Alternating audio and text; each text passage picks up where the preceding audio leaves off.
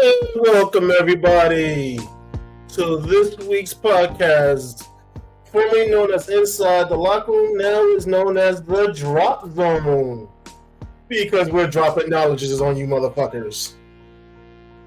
And welcome to with your hosts, Dope Ass Jeff and Big Time Tony. How you feeling today, buddy? I'm doing good. I didn't have to stress out about no Steelers game. I got to do that at work actually on Thursday night, but we got the win. So like I'm doing good. Resting up for work tonight. But how are you? Pretty good. Long week, like we discussed earlier today. Mm-hmm. But other than that, yeah, not too bad. Your Giants not doing so well right now, but we'll talk about that. I kind of figured that. Any dimes. We'll discuss them in a minute. Mm-hmm. Hey, Brian, how you doing today? Welcome one of our regular viewers, Brian Waller. He's been basically fellow follower of our podcast for quite a while Ever now. since I came on, I think probably. Yeah, because you came on about a month and a half ago? Yeah, a bit more than that maybe. Yeah. Yeah, I think right before the season started. Mm-hmm. Yeah. One of the regulars. Yep. And I'm pretty sure a couple of regulars are probably just straggling. They'll be in eventually. Mm-hmm.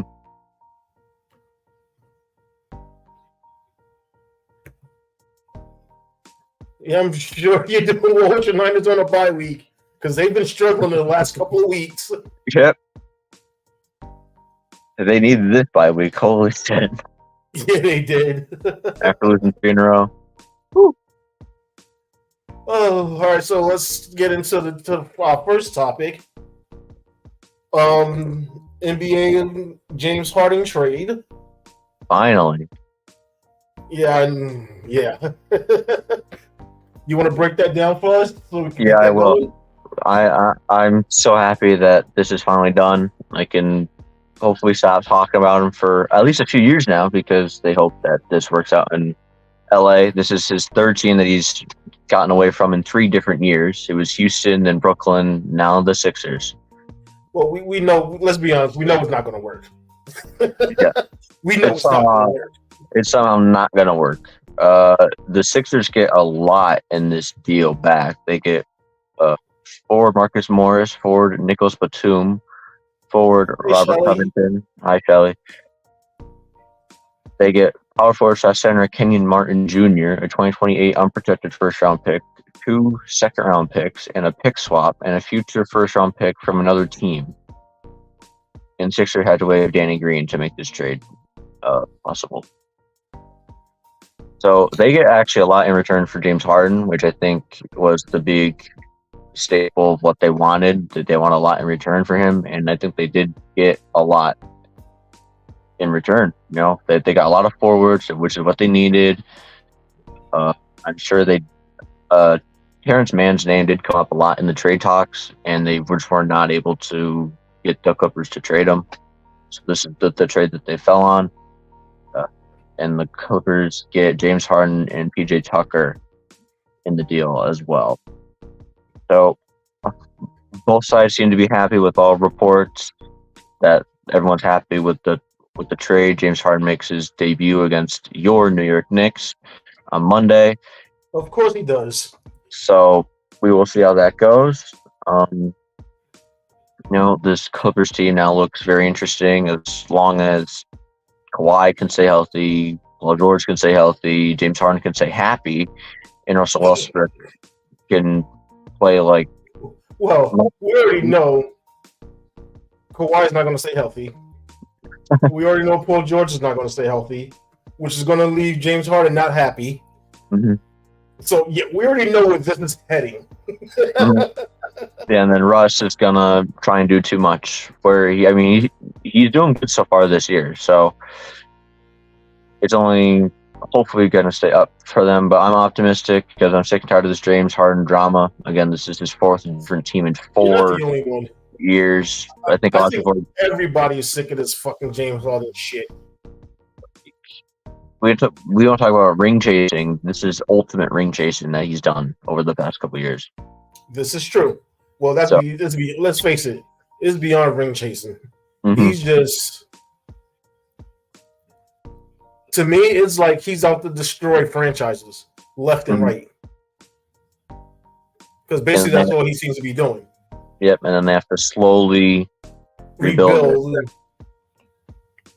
Like Houston, they're looking better than a few years ago when he first left. But same thing with the Nets. They're looking a bit better. And now the Sixers, we'll see how these pieces fall into place. And again, the Embiid, he might want out even after this trade. He might stay in for the season. But people think he's going to stay because of all the player options that they could have and free agency. They got a cap room space of now $50 million. So they could do a lot in free agency or get another big name player in with all those assets that they just got. They can send them away for another big name player to pair with Tyrese Maxey and Embiid. So I'm leaning towards Embiid probably staying, but again, if he were to leave, the Knicks are number one on the list of teams that people think that he will go to. So that is the James Harden trade. The saga for right now is over. And I, of course, just have to say for right now, it's over right now. Thank God. That's all I got to say. Thank God that's done. He is. Yes, he is. Because he'll be happy for like a week and a half. He'll be happy for like a week and a half, and then he'll get upset, and then blame everyone else. Exactly. Oops, I just realized I forgot to put the banner on. There we go. All right, so our next topic. Well, sticking with the trade themes, NFL trade news. So as everybody knows, this past Tuesday. At 4 o'clock was the NFL trade deadline. And we had some pretty prominent names that was moved this past week. Yep. I do have all the. Yep, I have all the trades from even early September. I have Cam Akers. We all know about Cam Akers being traded. J.C. Jackson being traded. Rendon Gregory, Chase Claypool, Van Jefferson, Mecole Hardman, and Kevin Byard was traded to the Eagles. So those are all the earlier trades. These will be all the trades from trade deadline. Starting off with your New York Football Giants. We talked about this last week, trading away defensive tackle Leonard Williams to Seattle for a 2024 second-round pick and a 2025 fifth-round pick. And in Leonard Williams' comments, he said he's happy to be playing for a winning team. And I mean, I can't blame him. I'm just happy the way they handled the situation. They handled it correctly. And he even put out a statement praising the Giants for handling the situation correctly. I'm happy with, that. I mean, I'm not happy that we lost one of our best defensive players, but I am happy how they, handled the trade. They sent them to a contender instead of just sending them to just a team just to get as high as what they can for them. So I'm happy about that. I mean, I wish them the best of luck in Seattle. They got their asses whooped today by the Ravens, so. Yeah, they did. So yeah, it's kind of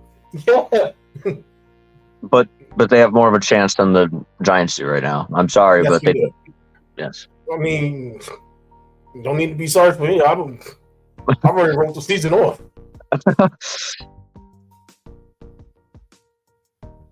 All right, I do kind of wish Owen was here for these next two.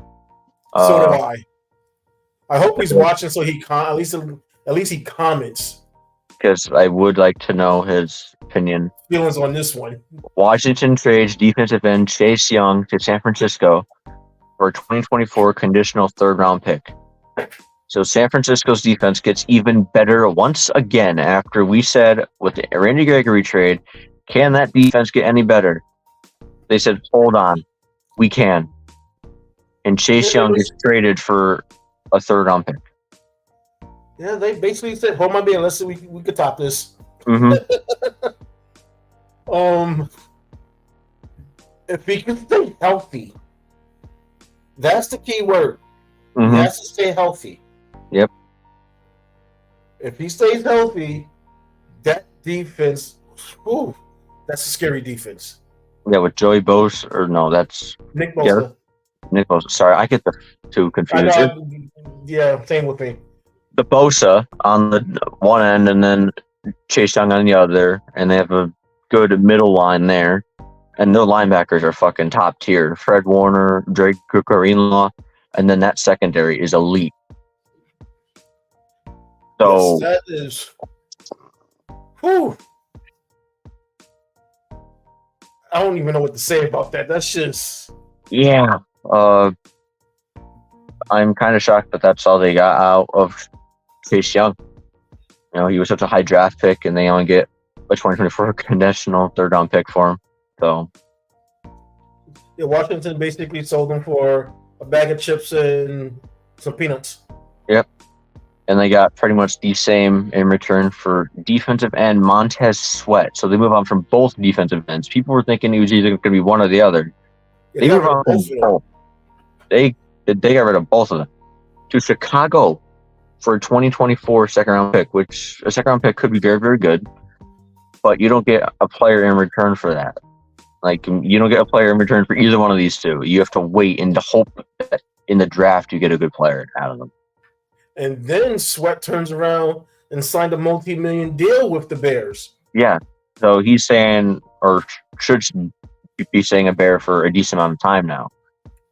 Which, I mean, he does deserve a big contract because he was very, very good. He's been very, very good for the past couple of years, especially with Chase Young being out as much as he has. Sweat has stepped up in that role of taking over at that defensive end on the one end. So yes, he has. Get 2 big trades for the Washington Commanders, and they get just 2 picks out of it. I think they definitely probably could have gotten more out of it, but they just kind of wanted to get rid of them that badly. But I mean, I think they probably could have gotten more out of those 2. Well, because I mean, we all know the Commanders are under new ownerships, and I think they're just trying to literally just anything that has anything to do with Daniel Snyder. I think they're just trying to wipe clean and just get rid of. Period. I didn't even think about that, but yeah, that could be it. Just wipe it clean, start fresh, whatever. Because that's the only thing one of the reasons I can see them doing that. Mm-hmm. I mean, they give away two of your best starters on defense, and all you getting is return basically just 4 draft picks. Mm-hmm. Yeah, that's really not enough. But I mean, like I said, to me, it just seems like they're just trying to anything that has anything to do with Daniel Snyder. Let's just move it on. Yep. All right, next trades aren't too crazy. Those were the big name trades that happened. Green Bay trade cornerback Russell Douglas in a 2024 5th-round pick to Buffalo for a 2024 3rd-round pick. This is a big pickup for Buffalo. They need to help in the secondary badly with all the injuries that they've had on defense. So this is a very big pickup for the Bills. I think that it's a smart trade for them. Yeah, that's a great pickup for the Bills. And I think it's one of the most underrated trades that happened. Yeah. Is that they got Russell Douglas, who's a veteran. He knows what he's doing. He's a very good corner. So I think it's a very, very smart trade for the Bills. Yeah, I agree. I wasn't expecting this trade. Cleveland trades wide receiver Donovan Peoples-Jones to Detroit for a 2025 6th-round pick. Detroit just had to let go of Marvin Jones Jr. dealing with personal matters, so They got center on the wide receiver side, so they have Don Peoples-Jones, who's a good deep ball threat to pair with Amon-Ra St. Brown. So I think this is a great trade for the Lions to, strengthen their wide receiver core. Yeah, like I said, none of us expected that trade to happen. No. But then again, I mean, with not knowing what's going on with Deshaun Watson, whether or not he's going to play or not play, if he's hurt or who knows with him. I mean, I guess they're looking to at least salvage something out of the players that they have because I believe he's on his final year of his contract anyway. So why not try to get something for him if you're uncertain what's going to happen with the rest of the team? Mm-hmm. All right, this is a small trade. Minnesota trades guard Urza Cleveland to Jacksonville for a 2024 sixth-round pick. I had to put it down because it was a trade that happened. Don't really know much about it. It was a guard, so we're just going to move on from it. I think Jacksonville has some injuries on the offensive line, so this helps them right now for that. Yeah, it does. There is one trade that Minnesota did do that. Yep, I'm on it next. The next trade. Arizona trades QB Josh Dobbs and a 2024 7th-round pick to Minnesota for a 2024 6th-round pick. And this trade helped them out today, which we'll talk about later. It was probably the best trade that they could have ever done with Kirk Cousins tearing his Achilles last week. What makes it even more fitting is the Cardinals couldn't even score a field goal today. They were shut out. Without Josh Dobbs. Yeah. So, I mean, we were saying that Josh Dobbs ain't good. I think he's actually better than what we think. And he... I mean, again, I caught the end of the Vikings game, and yeah, he's a lot better than we expected. He said that he didn't even really know any of the wide receivers' full names. No. He got there 5 days ago. And he got basically thrown into the game because Jaron Hall got injured, yeah. Yep, I believe he got a concussion. Yep. So, yeah, I mean,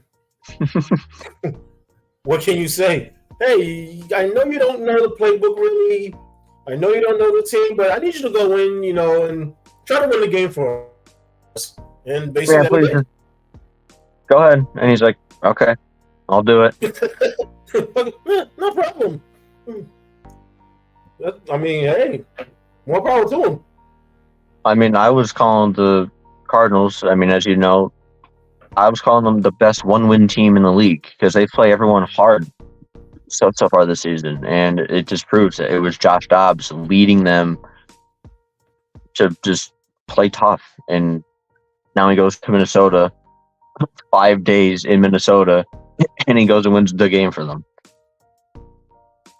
Yep, and the Cardinals can't even score a field goal. Nope. After he got traded. So, I mean, yeah. All right, the last trade, Philly trades defensive lineman Kentavious Street and a 2025 7th-round pick to Atlanta for a 2024 6th-round pick.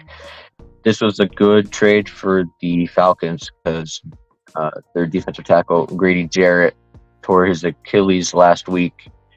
So they really needed a defensive lineman really badly, and Street is a very good defensive lineman. So it was a good pickup for them. Fucking a lot of Achilles getting torn this season. Mm-hmm. Yeah, I will probably go back towards the end of the year and try and compile all torn Achilles into a list myself. And because I think this is the 5th one already. I mean, we'll get more into it later. Sorry, on. It was ACL. It was ACL, ACL? not Achilles. It was ACL. I'm sorry. We're just so used to everything being Achilles right now. Mm-hmm. Yeah, He tore his ACL. He was obviously placed on IR, and he's done for the season. So this was a big pickup for them to be able to get Street to hopefully help out that defensive line.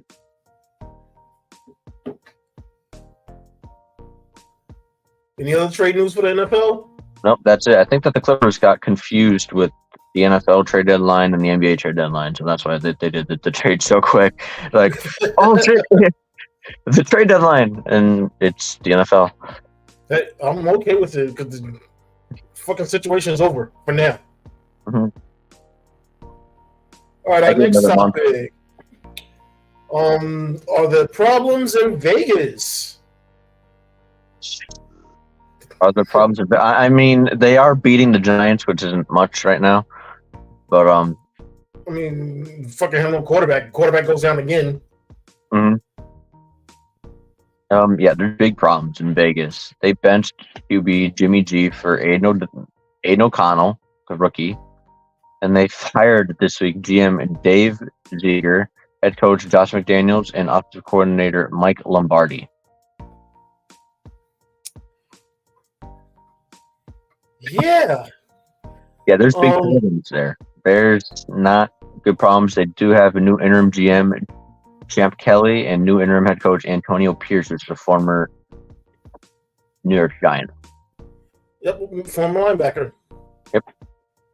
So, a lot of problems there in Las Vegas. They benched Jimmy G, who has a lot of money left on his contract.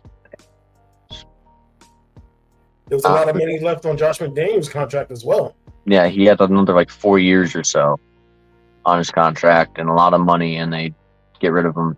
And now they're paying Josh McDaniels and who's the other one? It's a very older coach to not even run the team anymore. Yeah, to not even head coach anymore for that team. So, but definitely not the season I was expecting in Las Vegas. I was expecting a lot better of a season for them, but this is this turmoil, especially after what Adam said after last week's game. He really doesn't even know what to say anymore, and then they do this this week. So, man, I wish I could get fired and still get paid millions of dollars. I know, right? How about that shit? What the fuck? But yeah, it's just not good down there in Las Vegas. Yes, again, they're beating the Giants, but which isn't much to say. That's not much to write home about. Okay, so yes, they get a win. It'll look good for Antonio Pierce, but once they play someone halfway decent, they're gonna probably fall back on the old ways of not looking good at all, and Adams is gonna be upset. So, yeah, that was the quick topic. I just wanted to talk about it. Fircho suffered a significant knee injury. Daniel Jones, potentially torn ACL, is the diagnosis of his injury. Yeah, I just got that notification via the Sleeper app. So, yeah. And they paid him all this money for what? Mm-hmm. Again, another guy getting a bunch of money, and he'll be sitting on the sideline for basically a year and a half. Yeah. Mm-hmm. Like, I hurt my knee at work, and I'm still going to work today because I'm not going to get paid if I don't. So, but he's going to get paid millions, and just to nice job, guys. Yeah. We have a little bit of sad news that happened this week. Yeah. Former Indiana coach Bob Knight has passed away at the age of 83. For a lot of our younger viewers who don't know who Bob Knight is, he was, how do you put it, nice and eccentric kind of a head coach. He was one of the best controversial head coaches probably ever. That's the perfect way to put it. Because he had a lot of scandals and a lot of controversies in his coaching career. Like choking a player. Yep, like choking a player, throwing chairs. But some people put that behind them and just look at the coaching job that he did on the court. He won like 5 NCAA titles. He was. I mean, he was a successful college coach. Yes. Let's give him credit. He was that.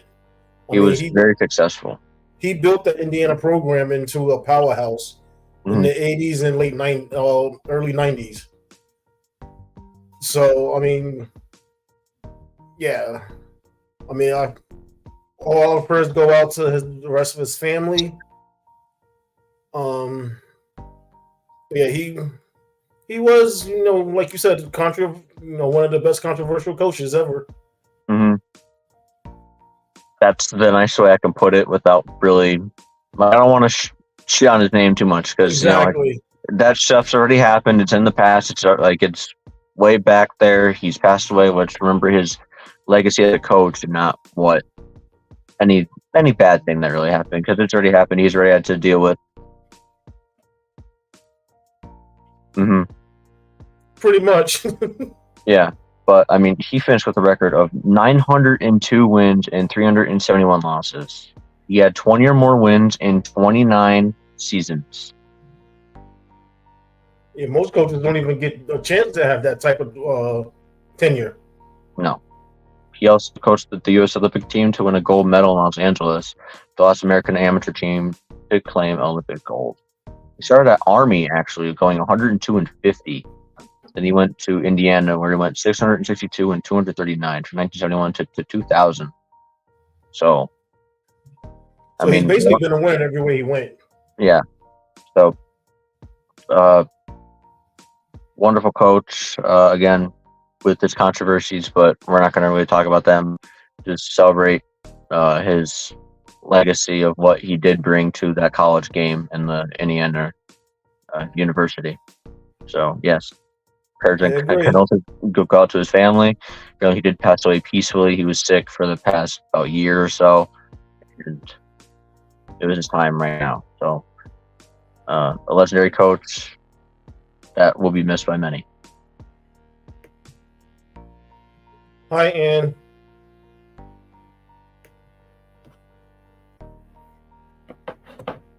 Next topic. QB changed in the ATL. Yeah, this is going to be quick, and I actually kind of wasn't expecting it because, I mean, we did talk about it last week. Desmond Ridder getting benched apparently was not for injury purposes. Well, I read he had a concussion. They had him in the concussion protocols. Oh, okay. That came out a couple of days later, I think like 2 days later, where they was like, the reason Ridder wasn't back on the field was because he was in concussion protocols. And why would Arthur Smith say that it wasn't injury related? Because it's Arthur Smith. But yeah, he was. Taylor Heineke started today for Atlanta. I actually didn't know about the concussion thing because I only saw that it wasn't injury related, so I thought they just benched him for Taylor Heineke. I honestly think I would just keep Taylor Heineke in because Ridder's been very inconsistent, not great this year at all. I would just keep Heineke and just let Ridder learn more and more throughout the season. And if Heineke becomes really bad, then put Ridder back in. But I think Heineke is a bit more consistent than Ridder is right now. I mean, Taylor Heineke really isn't that bad of a quarterback. No, he's not. He did well for Washington last year. I mean, he had a few bad games, but what quarterback doesn't? Yeah, every quarterback has bad games, but Ridder's been not great at all this year, right now. So I think Heineke, again, I would stick with Heineke for a decent amount of time until he proves that Ridder looks better than him. I agree with that.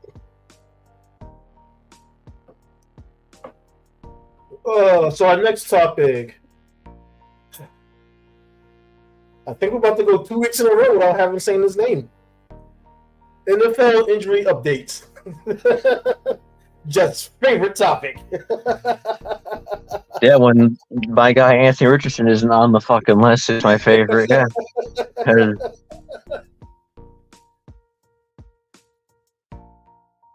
Oh, he did. But Daniel Jones is becoming the new Anthony Richardson. Man, I'm getting a bit sick and tired of putting his name on the list. I'm getting sick and tired of saying this thing, period. All right, the 4 teams on a bye week this week are the Broncos, Niners, Lions, and Jags. So any injuries on those teams did not have on the list because they're on a bye week. So they'll probably be healthy by next week anyway. All right, for the Thursday night game, Ryan Tannehill, ankle injury. He did not play versus Pittsburgh. And Mika Fitzpatrick with a hamstring injury. He was out versus Tennessee on Thursday. So those are the Thursday night injuries.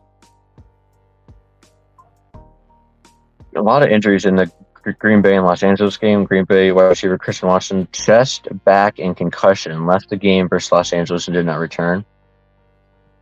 He just got back a few weeks ago. Yeah, no, apparently I'm guessing he took like a big hit, and yeah, he left with a chest, back, and concussion injury, and he left the game and did not return.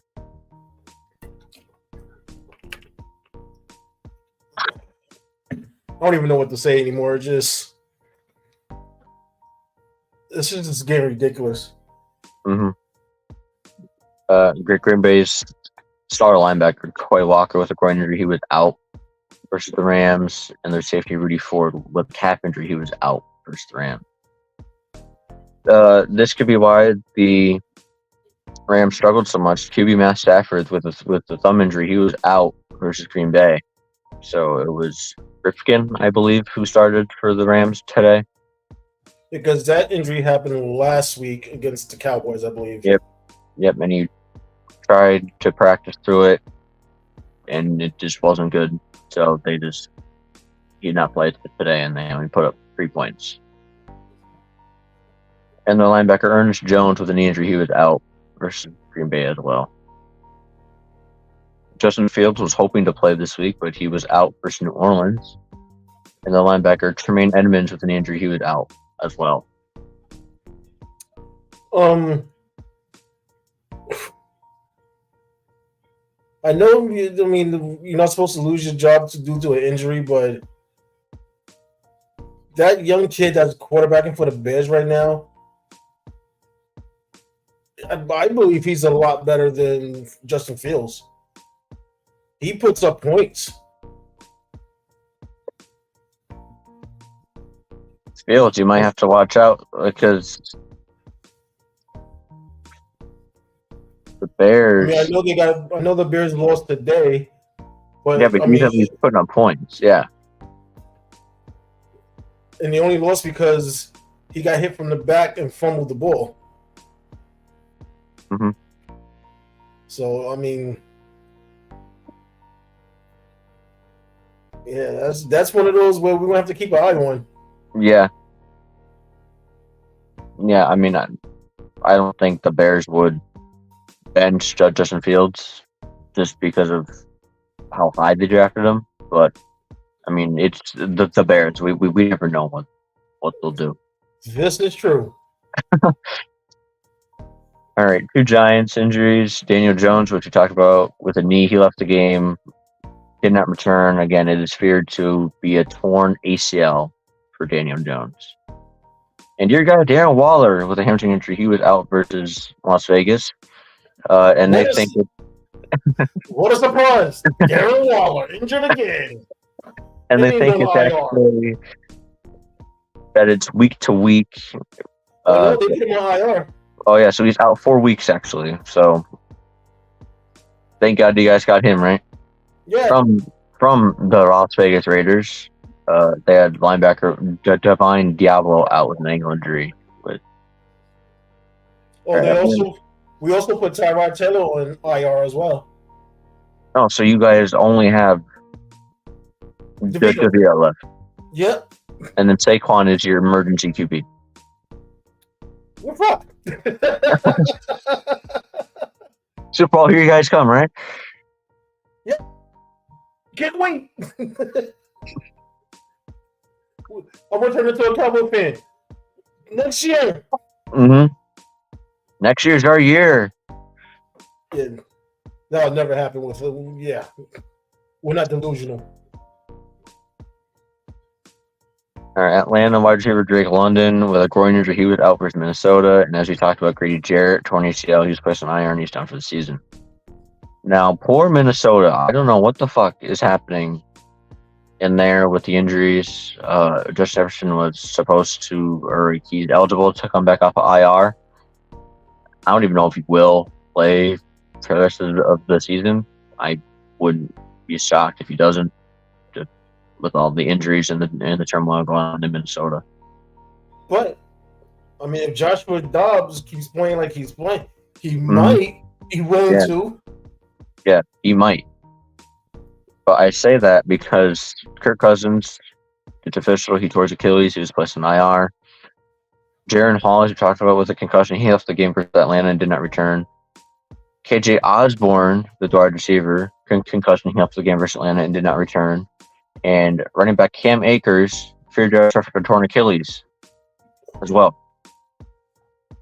Cam Akers he's oh man, he's the Anthony Davis of the NFL. Yep. Fucking walking hospital bill. As we were saying ahead of the podcast, I'm sure the Rams are like, thank God we traded him. But I mean, Kyron Williams is on IR too, so maybe not. I mean Williams is a lot better than Cam Akers, but still.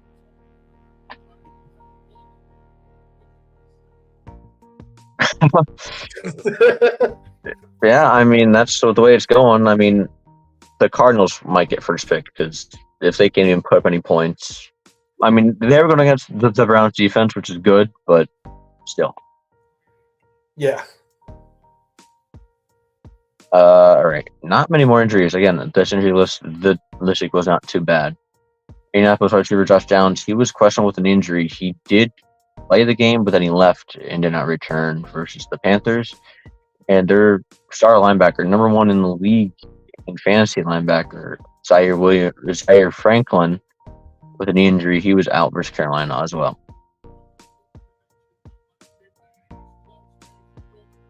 Shaking your head. Washington wide receiver Curtis Samuel with a toe injury, he was out versus New England. Houston running back Dameon Pierce, he with an ankle injury, he was out versus Tampa Bay. And wide receiver Robert Woods with a foot injury, he was out versus Tampa Bay. And the last one, Los Angeles Chargers wide receiver Josh Palmer with an injury, he was placed on IR today, and they brought up Jarius Guyton off of IR. A lot of players going on IR. Mm-hmm. And a lot of it's around either knees or Achilles. Mm-hmm. That is it. That's all the injuries. Not as big of a list. And again, no Anthony Richardson. So it was a good week.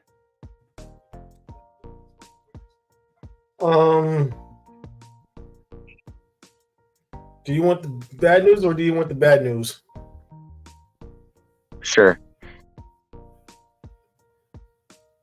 The Cowboys look like they're about to score and win the game. No. Fuck the Cowboys, man. It's 1st and 5 on a 6. The Eagles 6-yard line with 27 seconds left. Go away. Someone fumble, please. Fumble the fucking ball. I mean, you picked them in the pick 'em, I think. So. No, I think I took the Eagles. If I'm not mistaken. We'll see. Well, that's our next topic anyway. Perfect. I'll pick them recap. Mm-hmm. Look how perfect that ended up going in to that. Man, we're one batting 1,000 thing. We got topics leading right into the next one. How about that shit? The easy transition into each topic. I know. All right, better week for some. I'm winning against you and Owen. I have 80 points. Owen has 70. You have 50. Yeah, this was a horrible week. We all picked Pittsburgh on Thursday Night Football. We got it right. Thank goodness. It's so tough to pick them, Yes. but it was a primetime game in Pittsburgh with head coach Mike Tomlin. So that's somewhat the only reason why I even picked them, because we play a lot better for some reason in prime time at home than we do just a normal game. Now And this game, yeah. But I mean, hey, with how Levis looked last week, good point. that was scary to have to go up against. But we did control them well enough. And turns out to Traylon Burks, he suffered a concussion, a head injury. He fell hard. He was taken to the hospital, and I think he's probably been released by now, but just hopefully it's nothing serious. That's all we can pray for. Mm-hmm. All right, now this game that happened in Germany today at 9:30 in the morning. The Dolphins and the Chiefs. The Chiefs won. So and you got it wrong. I expected more from the Dolphins, and we didn't. I understand that Jalen Waddle left the game with an injury, but he did return. So, yeah, Chiefs win, Dolphins lose. All right, the Rams and the Packers. We all got this one wrong, but the Packers win. I mean, we should have known with Ripken being the quarterback, but I mean, it's Jordan Love who's very up and down this season. Exactly. So you kind of never know. Owen got this one very badly. The Seahawks and the Ravens. Owen picked the Seahawks, and the Ravens whooped the Seahawks' ass. Yes, they did.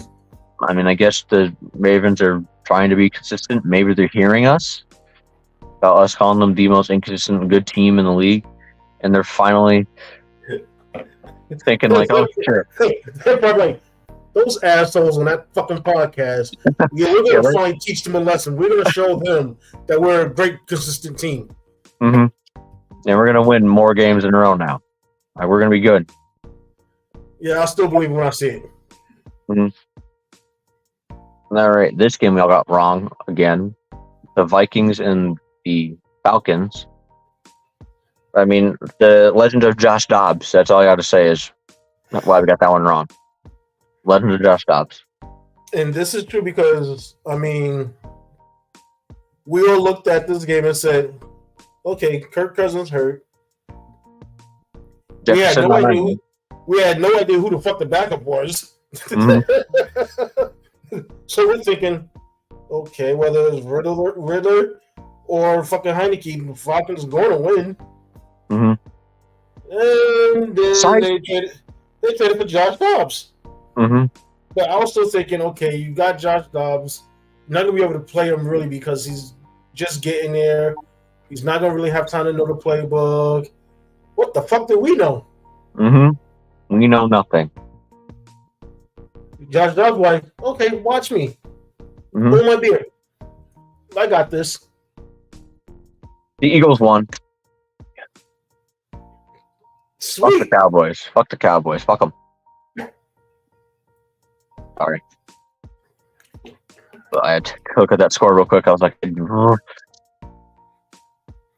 all right. We get a lot right in a row here. The Browns beat the Cardinals, as we were talking about. We don't got that one right. That was an easy game. And the Commanders beat the Patriots. That was an easy game to pick. Not really, because they barely beat them. Yeah, but I mean to pick. That was easy for us to pick, but not an easy game for the Commanders to win. And this one, Saints and the Bears. You picked the Bears. Yeah. I think Dobbs is going to look better when Jefferson does come back. And I agree. Hopefully Jefferson does come back. Because I'm going to be honest. I would love to see those two pair up. Mm-hmm. Dobbs and Jefferson. To see what type of duo they could become. Mm-hmm. Because, they're not sure with Kirk Cousins if he's going to be back, which a lot of people don't believe he will be back in a Minnesota uniform. which is why I believe they made the trade for Josh Dobbs. Mm-hmm. So I mean, yeah, I would love to see those two pair up and see what they could do, especially when Jefferson is healthy. And I mean, they got other pieces at the wide receiver. Jordan Addison, the rookie, has been really, really good in the absence of Josh Jefferson taking over that number one wide receiver role. KJ Osborne, TJ Hawkinson, they got pieces for him to throw to. So yes, they do. If Jefferson does come back, they'll look a lot better on offense. All right, the Saints and the Bears. Again, you picked the Bears. Almost got it right. Almost. Again, that young QB is looking good, but the Saints pull out the win. Like I said, I mean, if he didn't get hit from behind and fumbled, which gave the Saints the ball so they score, I think they would have held on to win. Mm-hmm. Even with my guy Baker Mayfield, I appreciate it. Yeah, I should have fucking known better. But CJ Stroud had a game. Yes, he did. Which we will talk about very, very soon. A rookie record game. Texans beat the Bucs in a very close game, a very high-scoring game. So you got that one wrong. We got it right. Colts and Panthers. This was an easy game to pick. Colts all the way. And we all got that one right. Now this game, I'm sorry, Tony, you picked the Giants along with Owen, and got that wrong. Yeah, I got it right. And the Eagles and the Cowboys. We all picked the Eagles, and we got it right. And I picked the Bengals. Yeah, and I picked the Bengals and the Chargers for the Sunday run in that game. So that's and I got the Bengals and Jets. That's this week. I just got a feeling that Jets defense is going to shut down the Chargers offense, and the Chargers defense ain't going to fucking. Yeah, but I mean, Zach Wilson though. Yeah, I know. Yes, he's looked better, but like he's bound to do shit on Monday Night Football.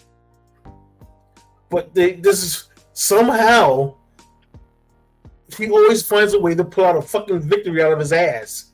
No, he doesn't. Defense does. So yeah, it's just. I mean, I'm basically going with it just because of the defense, not because of Zach Wilson. But yeah. And once again, back into another seamlessly transition. For a weekly recap. Nice and easy. Do you want to talk about the Monday night game from last week? Sure. It was the Bears getting walloped by the Chargers by a lot, by 17. It was 13 we are pretty much picked. To 30. Herbert looked good. Bears did not. Bagnett, he had 2 interceptions. Herbert had 3 touchdowns. Eckler didn't do much carrying the ball, but he had a receiving touchdown. That was it for that game. Not much to talk about there. Chargers go to 3-4. Bears fall to 2-6. And the Lions beat the Raiders on Monday Night Football by a lower score than I thought. I thought the Lions were going to whoop that ass, but the Raiders actually did not look too bad, surprisingly. Yeah, I noticed a line insider's missing today. Jimmy G in his maybe final start, he had 126 passing yards and an interception. Josh Jacobs had 15 carries for 61 yards and a touchdown.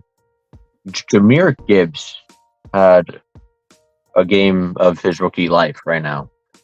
26 carries, 152 yards, and a touchdown on Monday Night Football on a primetime game. That was... He's going to be turning into a beast. Yeah, he's taking advantage of the reps that he's getting with Dave Montgomery not playing. Which is what he should be doing. And Amon-Ra did Amon-Ra thing, 6 receptions for 108 yards. And I just want to point out one thing that was said and what happened during the game.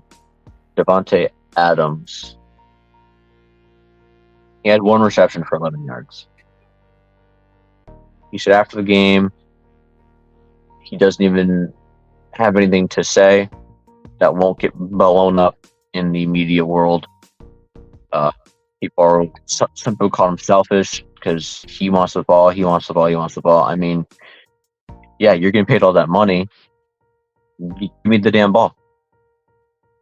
I mean, he is the best player on the team. Yeah, to only have 1 reception for 11 yards, and I think he was only targeted like twice. That's ridiculous. Like, he's deserving to be frustrated. And I mean, he's voiced his opinion multiple times. When the leading receiver is Josh Jacobs with 2 receptions for 27 yards. I mean, you've seen what happened when Jamar Chase made his comments. I'm always open. Mm-hmm. And they started getting the ball. They started winning. Mm-hmm. And again, Las Vegas then did all that this week, getting rid of the offensive coordinator, head coach, and the GM. So maybe they'll just get rid of the whole damn team. Maybe they'll turn things around. All right, starting with the Thursday night game, Titans and the Steelers. Titans lose 16-20.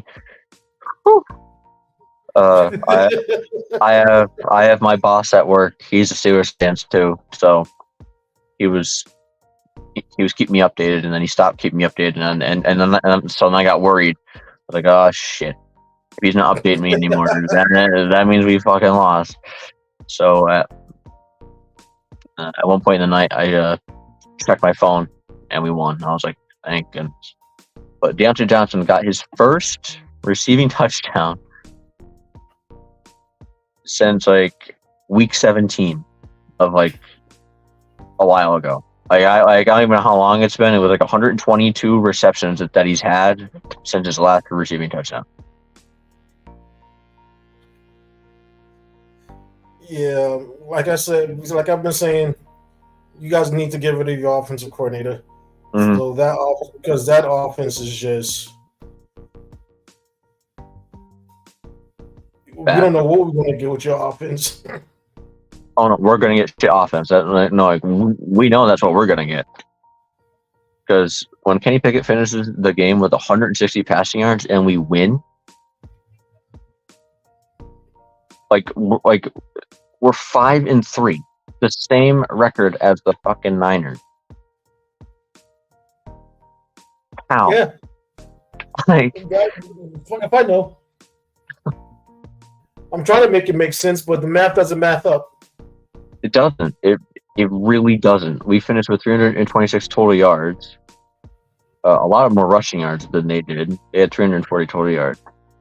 Like, I saw something. We've been out yardaged every game this year. And every you're 5-3. Yeah, and we're 5-3. It doesn't math up. No. And every other team that has had that happen to them through the first 8 games of the season has a losing record. But we're 5-3. I don't understand it. Neither do I. I don't even think the Steelers understand how they're winning the games. Again, the Dolphins lose to the Chiefs 14-21, only a 7-point game there in Germany. I do want to know your thoughts about them playing in Germany. Mr. Roger Goodell fanboy over here. I just want to know your thoughts. I mean, I understand they're trying to make the game, worldwide, and I'm okay with that. But, fuck. I'm not waking up at 9:30 in the motherfucking morning to watch a goddamn game. Especially on my day off. Fuck that. I'm supposed to be trying to sleep. Mm-hmm. I'm going to bed. I mean, just imagine if you're on the West. Mm-hmm. Just imagine if you're on the West Coast. That's 6:30 in the morning. 6:30 in the morning. Unless it's my team, I am not waking up to watch that. Even if it is my team, I might not even wake up to watch it. Fuck you, Roger Goodell.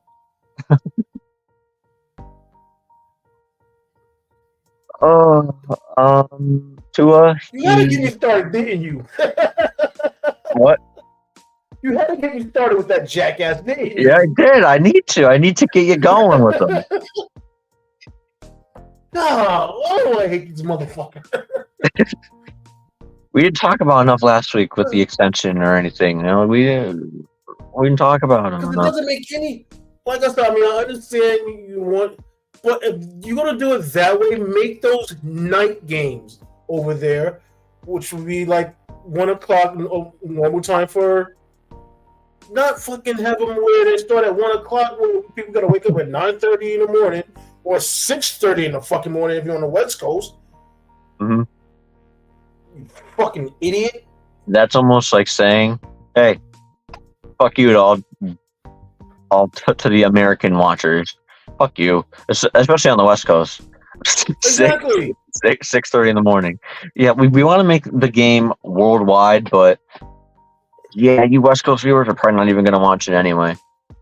It's like, let's use common fucking sense. Apparently, it's not so common in Roger Goodell's. Oh, fucking asshole. Yeah, not much stats to talk about in this game, too. He had 193 passing yards and 1 touchdown. Raheem Mostert got in the end zone again with 12 carries for 85 yards. Tyreek only had 8 receptions for 82 yards. Sorry, for 62 yards. Mahomes. Well, of course, most of us are going to get in his zone because Aikman is hurt. Yeah, I know. But, I mean, those two just. I can't wait for A-Chain to come back. Because I can't wait for him to come back, too. I got him on my fantasy team. Shit. I know, I do too. I have on a few. So, but I mean, those two are just a dynamic duo in the backfield there. Mahomes had 185 passing yards and 2 touchdowns. That's pretty much it. Not much to say about this game. 7-point win for the Chiefs, and the Chiefs go to 7-2, and the Dolphins fall to 6-3. The Vikings, as we were talking about, so now we get to talk about the legend of Josh Dobbs for a little bit longer. They win 31-28 against Atlanta, and Dobbs, he had to go in for 3 quarters because Jaren Hall's debut, or his starting debut, only lasted a quarter. He went out with a concussion. So, Josh Dobbs, 20 for 30, 158 yards, and 2 touchdowns. He also had a rushing touchdown. So he had 3 total touchdowns. Yes, he did. And like I say, he also had the game-winning touchdown. Mm-hmm. Which was... That throw was... Oh, let me see if I can find it up and pull it up. Was it that good? Again, I wasn't able to see. It was one of those where you're looking and you're thinking, okay, that is a bad idea. And then all of a sudden you're like, oh, fuck, it was a good idea. Yeah, while you look for that, I'll keep reading off some stats. Heineke, he went 21 for 38, 268 yards, a touchdown interception. Bijan Robinson, only 11 carries for 51 yards. Donu Smith, their tight end, had 5 receptions for 100 yards and a touchdown.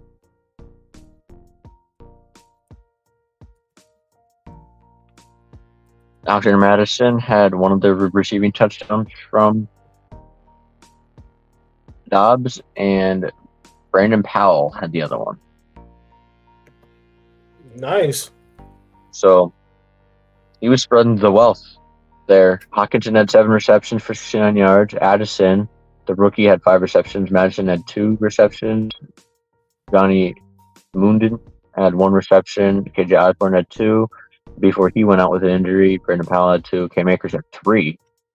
Josh Oliver had 2. So he was spreading the wealth there as far as passing. And the Vikings, we were writing them out at the beginning of the year. They are 5-4 now with the winning record. The Falcons fall to 4-5. Okay. So here's his game-winning drive. Yo, Rook, where's your squad at? You, come with me. You ready? I'm ready. I'm with the squad, Sal. When they come to winning, we better. PlayStation. An opportunity to win this thing if you're Minnesota. Dobbs has run around today, throws, and the catch made by Jordan Addison. 4-down territory. Pass is caught. There's Hawkinson thrown down at the 39-yard line. Yeah, don't forget he knocked off Dallas earlier this year, and he is really cool back there. Sideline throw a little high. Addison, it's a catch. It's ruled a catch to Wow. Richie Exactly. Wow. Slow that route down to give himself some room, and you see both feet in. High point that football, the rookie Addison. Addison, amazing. He's got all day. He's going to run. He's got a lot of room to run. He'll go out of bounds inside the 35. Dobbs on 4th down. The pressure's coming. Oh no, how you got away from that? Moment, but look out from behind. He's going to get the first down. Oh my goodness. More than that. And knocked out of bounds. First down, Minnesota. Right here, Bud Debris coming Oh off the my edge. God. He's going to get the pass rush. Somehow, Dobbs gets away from it and then has the speed and athleticism to break a couple of tackles and find the presence to get himself out of bounds. I'll tell you what, this guy has just been amazing running the football and creating plays outside of the pocket.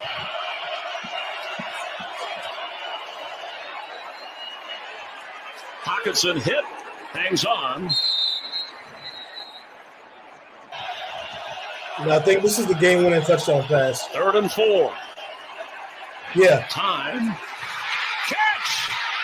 Brandon Wow. Touchdown Vikings, and they have the lead. He didn't like him, so he comes back to the slot. Here you see Powell just whipping outside after What a he fakes great the route. inside cutting Holy. route. And That was a great route. Dobbs coming all the way back to the opposite side that he started looking at. He gained so much separation on that route. Powell did. What a gosh, Dobbs. Yeah, I mean, Oof. like I said, for a guy who just got there 5 days ago, to have a winning drive like that is just Impressive. exactly. I think Josh Dobbs probably could be the QB of the future for the Vikings. He might have found a landing spot. That's why I said. That's why I think this is the reason why they got him was because they pretty much know that Cousins is not coming back. And he won't be back in the Vikings uniform at all. Mm. So, but yeah, I mean, like I said, that drive just the fact that he escaped on that one play, hmm where it looked like he was dead to rights. I mean, He shouldn't have escaped, but he did. exactly. He pulled a Lamar Jackson. Mm-hmm. Again, fantastic game for the Vikings, who improved to 5-4, which I did not expect with all the injuries that they've had to deal with. They're 5-4 with a winning record right now. Right, the Bears, as we were saying earlier, lose to the Saints by 17-24. Again, Bagnett, as much as he had 2 touchdowns, he also had 3 interceptions, which, if I had to guess, probably costed them some points. More than likely. Yeah, Foreman had 20 carries for 82 yards, and Darnell Mooney had 5 receptions for 82 yards. Derek Carr did what he needed to win the game. 211 passing yards and 2 touchdowns. Chris Olave had 6 receptions for 46 yards and touchdown. Not much to say about this game, other than the Bears falling to 2-7, and the Saints improving to 5-4. You got anything on that, Tony? No, like I said earlier, you know, he's going to be. I mean, can he possibly take the starting job away from Justin Fields? I mean, anything is possible. I know Fields is more of a dynamic player, but this kid is getting the receivers the ball, something that Justin Fields has been struggling to do. Mm. So, I mean, it just all comes down to, how they want to run their offense. But once again, it's the Bears. Yep. The only teams I think that make worse decisions than them are the Commanders and the fucking Raiders.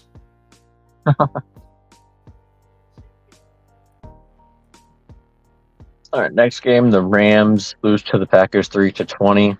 This game was a shit show. Ripon, he had only 130 yards passing and an interception. Just a bad game for the Rams in general. Jordan Love went 20 for 26, 228 yards and a touchdown. Aaron Jones had a rushing touchdown with 73 yards. And Luke Musgrove, their tight end, had 3 receptions for 51 yards and a touchdown. So the Rams fall to 3-6, and the Packers improve to 3-5. Jordan Love, can you put together back-to-back decent games? We'll find out. No. The Commanders, as we were talking about earlier, just barely beat the Patriots 20-17. And you can't get an easy week, can you? The Patriots have been looking better. I'll give them credit, but it's again the Patriots and Mac Jones. I feel like you guys should have handled them better. Sam Howell went 29 for 45, 325 yards, a touchdown and an interception. Brian Robinson had 18 carries for 63 yards and touchdown. Terry McLaurin had 5 for 73 yards. Anything? So,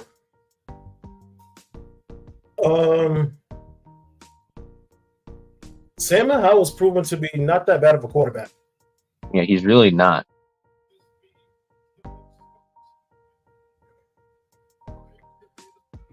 They just need to,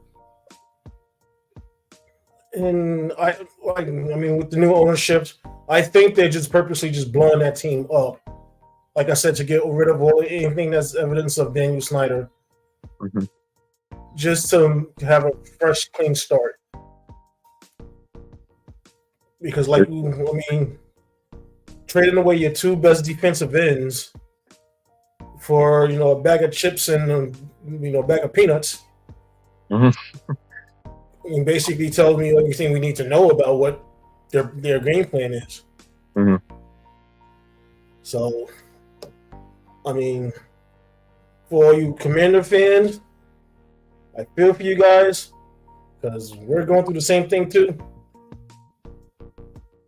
Unfortunately, your owners are brand new. Our owner is fine. They just don't know how to build a fucking team. The GMs. So, what's the next game? Do you want to hear Sam Howell's regular season stats right now? Sure. His completion percentage is 66.6. With It's not bad. 2,471 passing yards, 14 touchdowns, and 9 interceptions with a passer rating of 89.3. At least he's somewhat protecting the ball. Yeah, that's decent number. You'll take those numbers. They've been struggling on defense. They've been able to put up points this year. They've been struggling on defense, and then you get rid of your 2 best Yeah. defensive players. So. And we don't have to really bash Mac Jones. He had a decent game, 24 for 44, 220 yards, a touchdown, interception. And Ron Stevenson got in the end zone too. We don't have to really bash Mac Jones again. He's actually somewhat looking decent, not like Damn. I was looking forward to bashing Mac Jones. No, he actually had a decent game today. This game's going to Okay. be quick. Seahawks versus Ravens, as we talked about many times already. Seahawks lose 3-37. Geno Smith had 157 passing yards and interception. Keontae Mitchell, who the fuck that running back is for the Ravens, he had 9 carries for 138 yards and a touchdown. How did they get 37 points? So the What? team that's the most inconsistent in the world is seriously trying to prove us wrong. Mm-hmm. Oh, well, Tyler Huntley got a passing touchdown. Gus Edwards had 2 rushing touchdowns. Odell Beckham got his first receiving touchdown as a part of the Baltimore Ravens. Yeah, I'm not going to focus on one pass, really, if you played like a decent game the entire game. Plus, we bashed Matt Jones enough Yeah. already for the season. Yeah. And Justin Tucker had a bunch of field goals, I guess. So yeah, the Ravens are now 7-2. The Seahawks fall to 5-3. Well, I guess we're gonna have to stop calling them the most inconsistent team, Don't worry, next week they'll lose to whoever they're playing. Probably. and then we'll be right back on track. Mm-hmm. That'll be perfect. Yep. All right. The game I want to talk about the most: the Bucks and the Texans. The Buccaneers lose by 2 points, 37-39 against Houston, and the career game for CJ Stroud he had today. He went And 30? if I'm not mistaken, I believe some of his achievements broke some rookie records as well. Yes, I will try and get the tweet up because it's very important. A very important topic here.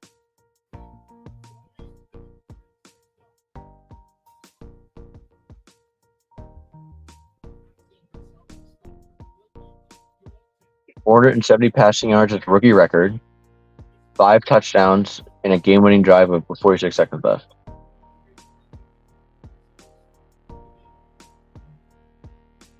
CJ Stroud just set the NFL single-game rookie passing yardage record with 470 yards and 5 touchdowns. So, yeah, That's a that was game. Very impressive game after losing to the Panthers last week. I mean, they had 3 receivers over 100 yards. Mm-hmm. Noel Brown had 6 receptions for 153 yards and a touchdown. Yup, Schultz had 10 receptions for 130 yards and a touchdown. And then Tank Dell had 6 receptions for 114 yards and 2 touchdowns. I mean, they didn't do much on the ground, but everything was in the air. They didn't need to do much on the ground.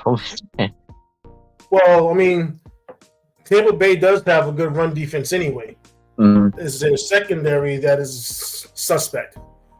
And Which boy, showed did CJ Stroud prove they were suspect. he showed that on full display for all the rest of the teams in the NFL to watch. Baker, my guy, Yes, they did. he had a decent game. 21 for 30, 265 yards and 2 touchdowns. To me, that should be a winning game, but when you have a rookie on the other end throwing for 470 passing yards and 5 touchdowns, there's not much you can do. Rashad White had 2 rushing touchdowns, and Cade Otton had the 2 receiving touchdowns for the Bucks. Just a very impressive game from the Texans again after dropping last week's game to the Panthers, which is kind of embarrassing. That they gave the Panthers their only one this season. The Bucks, I don't know what the fuck's going on with them. They were starting off really good. They're 3-5 now, and the Texans go to 4-4. I expected the Bucks to be a lot better this year.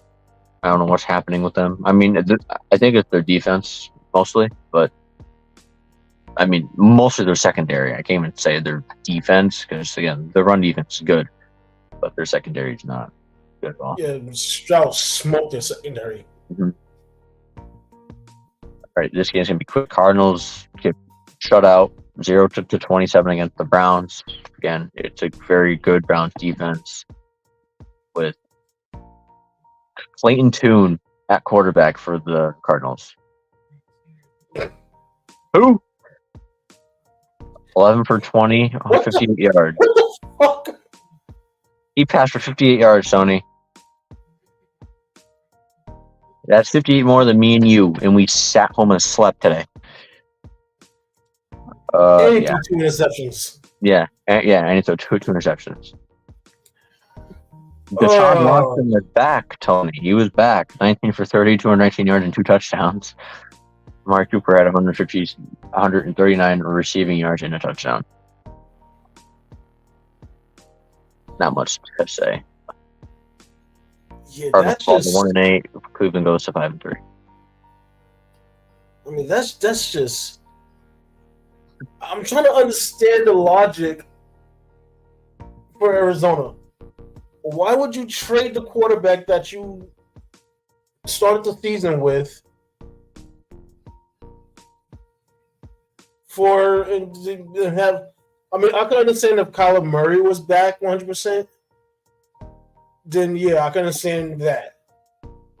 But you started a fucking tune. What was it? Fucking iTunes? Clayton Tune. What's the name?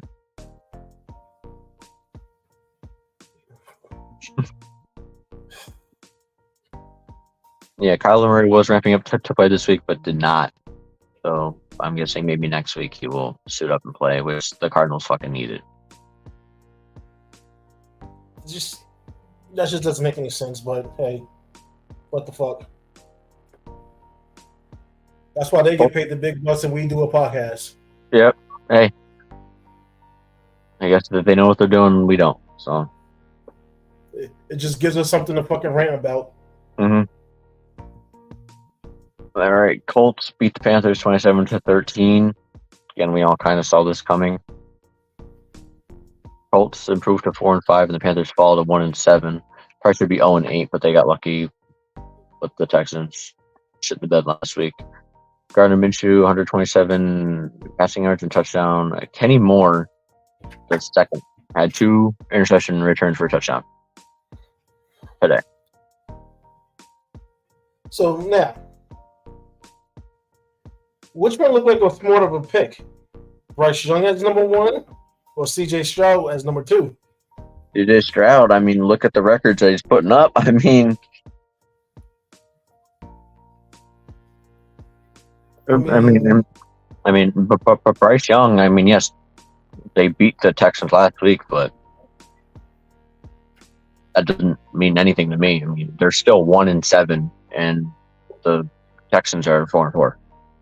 I mean, his numbers were 24 for 39, 173 yards, 1 touchdown, and 3 interceptions. Mm-hmm. You should not be having more interceptions to touchdown ratio. It should be the other way around. Mm-hmm. Yeah, he gave 14 points to the other team.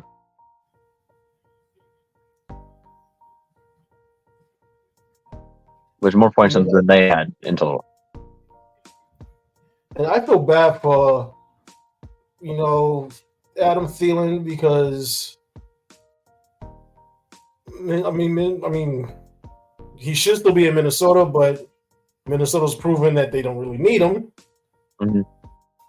But I mean, I understand he went to Carolina because he figured, you got a rookie quarterback, he'll be able to, get him the ball. But 5 catches for 29 yards.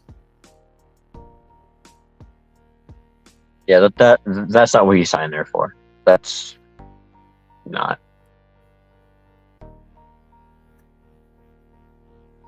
That's just sad.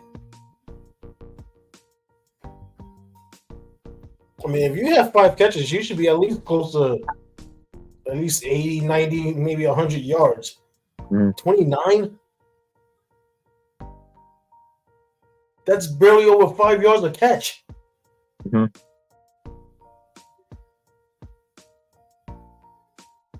If I was Steelers, I would have been like, man, can y'all get me the hell out of here?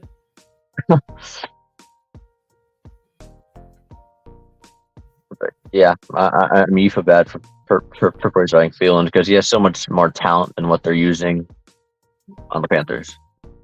Exactly. Final of 2 games.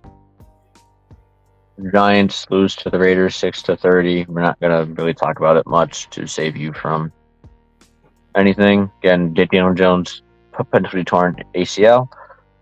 Tyrod Taylor on IR. Darren Waller on IR. So you guys have DeVito. Which, actually, I'm looking at his numbers. I mean, other than the 2 interceptions, he only had 5 incomplete passes. So He was only 15. only 3 other incompletions other than those two interceptions. So he was 15 for 20 for 175 yards and a touchdown. While Daniel Jones was 4 for 9 for 25 yards. So Daniel Jones had the same number of incomplete passes and he couldn't even make 30 yards.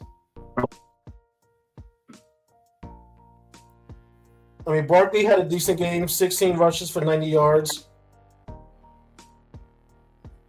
I mean, even DeVito ran, 4 carries. He had 4 carries for 17 yards.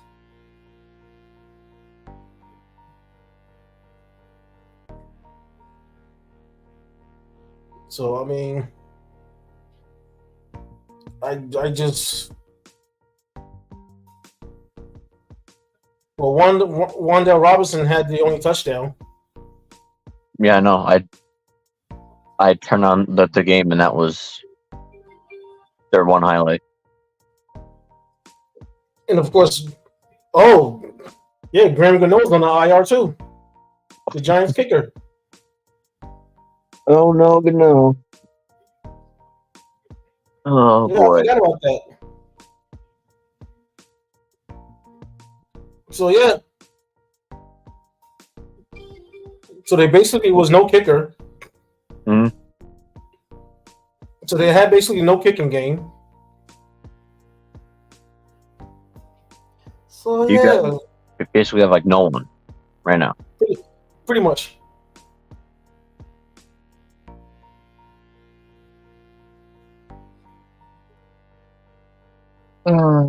Raiders improved to 4-5. Giants unfortunately fall to 2-7. I'm interested to see what Adams did today. Devontae Adams had 4 receptions for 34 yards. I'm sure he's pissed. I'm sure he's pissed. Even though they won by 24 points, he's still gonna be pissed. All right, last game: Cowboys and Eagles. Cowboys lose. We're all happy about that. To the We're all Eagles, happy about that. 23-28. You scared me there with that. Bad news that they were about to score. Yeah. So it was. I think the game that we all expected. Very high scoring, competitive game. Cowboys fall to 5-3. Eagles go to 8-1 on the season. Jalen Hurts had a good game. 17 for 23, 207 yards, passing, 2 touchdowns. He also had a rushing touchdown. AJ Brown had a receiving touchdown. CeeDee Lamb had a fucking amazing game. Look at this shit. 11 receptions for 191 yards. And he was tackled short of the game-winning touchdown. Mm-hmm. Tony Pollard, an all-right game. He had 51 rushing yards. Dak Prescott, 29 for 44, 374 yards and 3 touchdowns. So no turnovers for Mr. Dak Prescott, which I'm a bit surprised about. But there says that there's a fumble loss, but I don't know who it was by. So, but yeah, that the Cowboys lost. Big game. I'm shocked wasn't like a Sunday night or Monday night game, but Yeah, it was again the game that we all expected, and a very entertaining game. And Cowboys lose, so a lot of America is very happy. I can't wait to see Stephen A in the morning. I can't wait to see his Twitter. Hopefully, it's soon. How about them Cowboys? Come on, Stephen A. Anything yet? Let me see.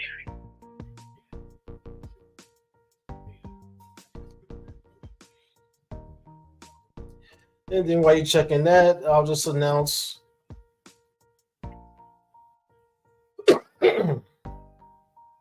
Oh yeah, there's already it up. Yep. He already has it up on Twitter. Oh yes. And of course, right now playing are the Bills and Bengals. Yep.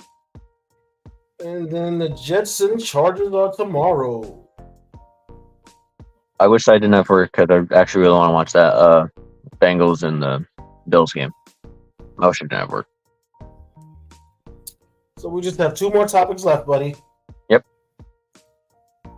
So how do you feel about this NBA in-season tournament starting? I like it. One main thing is the players are taking these earlier games more seriously. You could see that they are. It means a bit more. The courts, people don't like them. I think they look pretty cool. Yeah, I was going to bring that up too. I seen some of the court designs. Some of them look pretty cool. Some of them was like, that's Mhm. yeah, that was a bad decision right there. Yeah, but I mean, I like it. A lot of it's basically the color schemes that's really is throwing people off on some of them. Mhm. The ones I seen, they do look pretty decent and good. Let me see if I could get a picture of the ones, any of them up. I mean, I like it. Again, it seems to bring out more competitive spirit. A lot more of the players are playing that might have sat out if it wasn't such a more meaningful game. But I mean, I like it. It's something new. It's something different.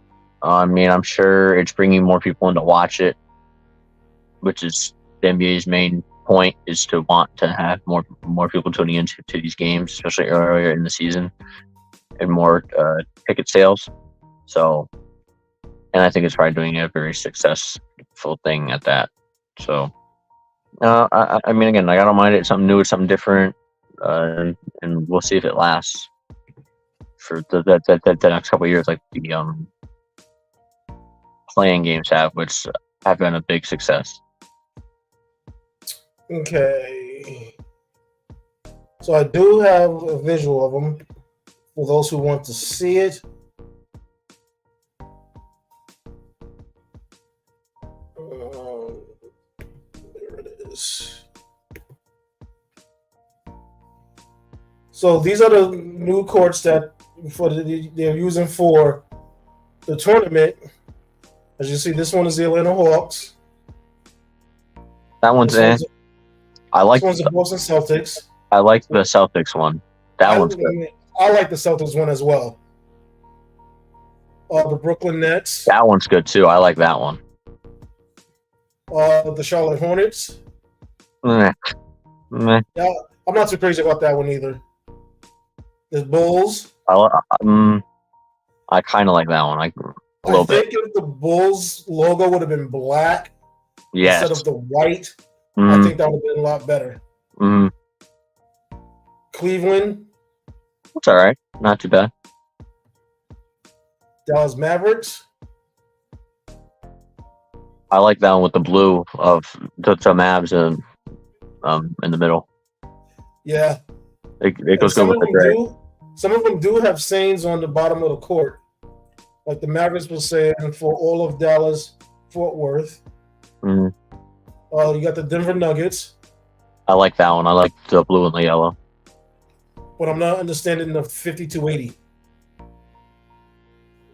Is that like the area code of no? Zip code maybe? Mile High Magazine is I guess the altitude. Oh, okay. That would make sense. Yeah. The Detroit Pistons. That's somewhat basic. Sorry. Yeah, that's kind of generic. Mm. The Golden State Warriors. I don't like the color of the. That just no. They could have done better with that. Yes. The Houston Rockets. Not too bad. Not The horrible. Indiana Pacers. I like that one. I don't know why, but I like that one. I think I like the light blue of it. The Clippers. That I'm not too crazy about that. yeah. The Lakers. Ew. That's just like a generic court. They just Mm-hmm. Like yellow or sorry, gold and purple. All right, there you go. the Grizzlies. I mean, no, I don't like it. No. If they would have made the Grizzly Bear the color of the actual logo, yeah, but what the fuck were they thinking? Your Miami Heat. That's generic as fuck, but I think if they did the outline of the Heat in red mhm. and had the Heat in black itself, yeah. But it's a generic red court with a white Heat logo. Yep. The Milwaukee Bucks, I am not crazy about. Nope. Move on from that. My eyes are hurting. The Minnesota Timberwolves, Minnesota's a good one. I like that one. the Pelicans. There's What the too much going on here. fuck why is that green? There is way too much going on there. I can't. That's hurting my eyes. Your New York Knicks. I do not like it. You don't like it? No. I think it's all right. Two-toners, orange and white. They needed to make it one color and then the outline the one color, not the way they have it there. That's too much going on. OKC.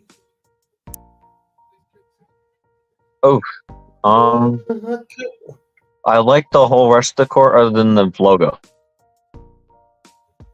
Yeah, same here. Orlando. I like Orlando's. I think that's cool, having the magic like that. What the hell? No. That is so damn generic. What are you doing? Oh boy. The Phoenix. What the fuck? No thanks. Sorry, Will, but no thanks. Portland. Not too bad. It's alright. It's almost like the Well, I kind of like that one. It's almost like the Heat one, but you just slap a Portland Trailblazer logo on it. The Sacramento Kings. Um, That doesn't make any sense.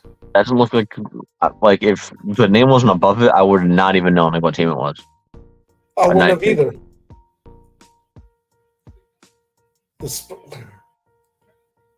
Why are we not using the actual logos? Why are we doing this shit of whatever logo that is? I seriously thought this was the Seattle Supersonics old logo, old court, because that looks like the space needle. It's the color of the green and the yellow, and Exactly. yeah. Like if you didn't have that San Antonio Spurs on top of it, you'd have been like, oh, Seattle Supersonics. Broncos looks nice. I like that one. But I think the ball should be red. That's too much Mhm. black. Yeah. Or at least if you're gonna have the black, have the where the gray areas at red. Mhm. This is just generic. Purple? No, I'm good. Thanks. Sorry. And the Wizards, the last one. I don't understand that one, but I don't understand it either.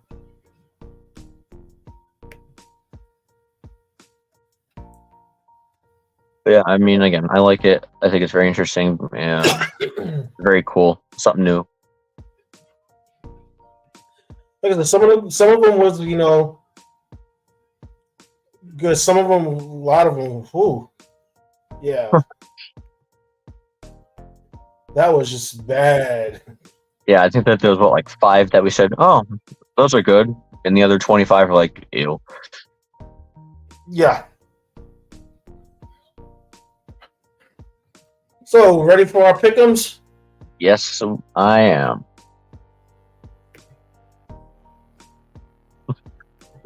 I saw a funny thing on Twitter that Al Michaels had to try and hype up this Thursday night football game. Uh-oh. Like, how do you hype this game up? The Panthers and the Bears on Thursday night football. Oh, shit. What the hell? How are you trying to be like, oh yeah, look at this game on Thursday night football? It's like 1-7 Carolina Panthers and Bryce Young and the Chicago Bears. I mean, you've been talking highly about that young QB, so I'll go with them. That's just. Why is that? Oh, okay. Well, I mean, they probably thought that Bryce Young was going to be a lot better and Justin Fields was going to be playing. Colts and Patriots. I'm going with the Colts. I mean, I understand that the Patriots are favored, but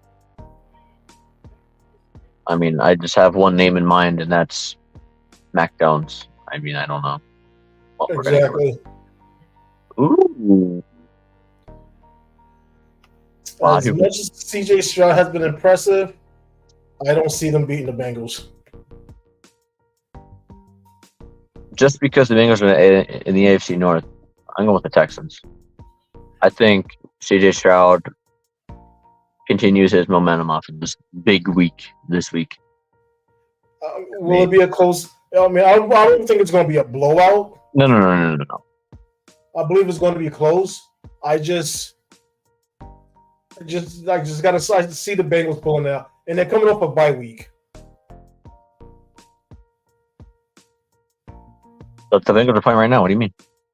Oh, that's right. Yeah, I was thinking last week. Mm-hmm. But yeah, I just think that it's going to be a game just like against the Bucs, which is very, very close. It comes down to probably a game-winning drive, but I think that CJ Stroud has proven that he can do it. I'm going with the legend of Josh Dobbs. I have to. And we've been begging him up all podcasts. We have to go with the legend Josh Dobbs. Packers, Steelers. I'm taking your Steelers. Okay. The Packers are just. I think our defense will destroy Jordan Love. Yeah. Titans, Bucks. Oh boy. I'll go with my guy Baker. I was about to ask, can your boy Baker Mayfield get it together? If there's a week to do it, it'll be at home against the Titans.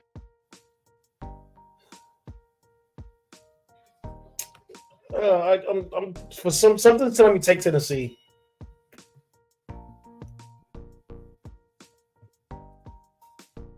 Ooh.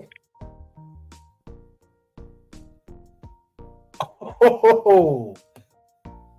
This is going to be interesting. I'm curious as to what your dad got to say about this one.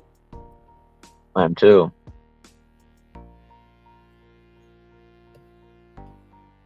Niners coming off a bye. The Jags. Everybody should be healthy for the Niners. Rushing touchdown scored by Josh Allen, by the way. Niners and Jags both coming off a bye. Jacksonville playing at home, but they do play worse at home. Yes, they do. So in that case, that'll be my main pick for picking the Niners. They play the Jags for some reason play so much worse at home than they do on the road. I don't understand why, but they just do. Oh, Joy, it's our favorite inconsistent when. Oh.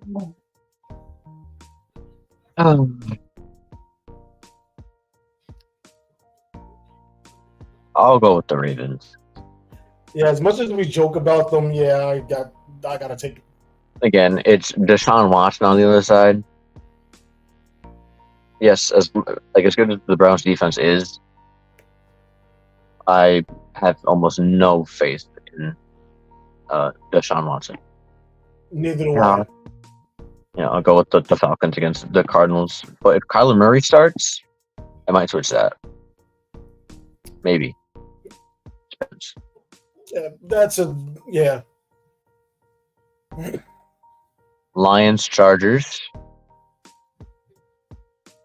I go Lions. The Chargers offense can't keep up to me with the Lions offense, and the Chargers defense, as we've talked about many times, is not great at all. This game, I'm sorry, Tony, Giants and Cowboys. Gotta pick the Cowboys there. Yeah, unfortunately, so am I. As much as it pains me to fucking do that shit. Mm-hmm. Ooh, Commanders and Seahawks. I'm going with the Seahawks. Yeah. After this banking they took today, they're gonna be pretty pissed off. Yeah, and they're going against that Commanders defense. Yeah. How many primetime games are the Raiders and the Jets going to get? The Jets and the Raiders on Sunday Night Football. I gotta take the Jets. Yeah. Just for their defense alone. And the Bills and the Broncos. Monday Night Football. What an entertaining game that is. And the final score is going to be 52. Now I'm curious as to which Bills offense is going to show up. Yeah.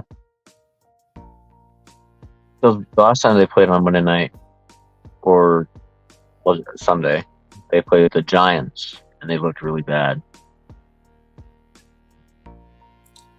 So I'm going to say, I mean, it would be nice if they could put 72 up on the Broncos.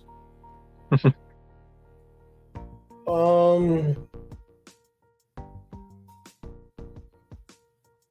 going to say 48.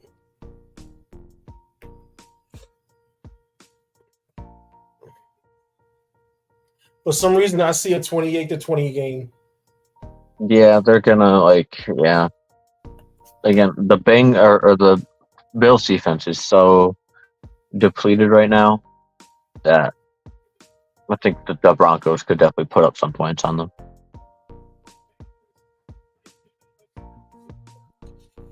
All right.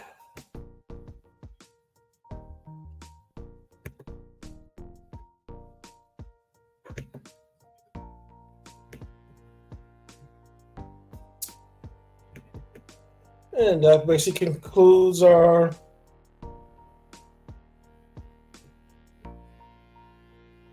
show for today.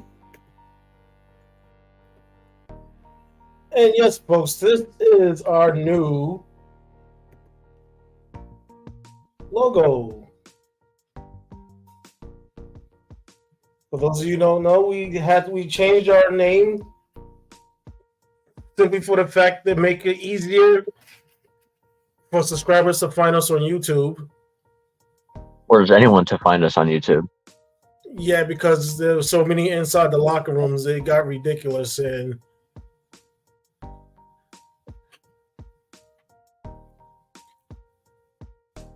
so once again, we want to thank everybody.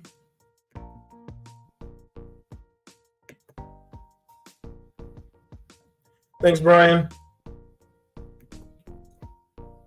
Once again, we want to thank everybody for joining us on our weekly podcast, now known as the Drop Zone, because we dropping knowledge on you, which was a catchphrase coined by the one and only Dope Ass Jeff. Yeah. But as always, we want to thank all of our viewers. You know, the ones that constantly show up every week.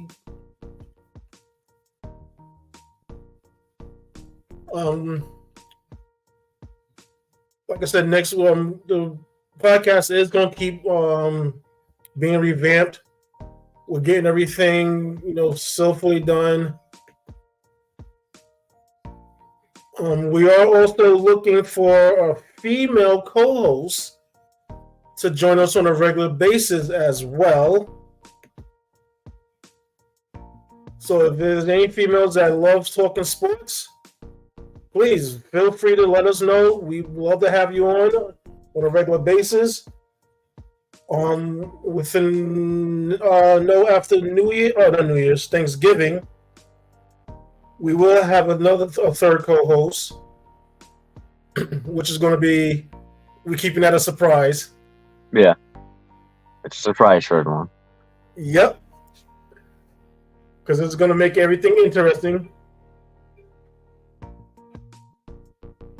But for Big Time Tony and Dope Ass Jeff, we want to say thank you all for joining us, and we'll see you next week.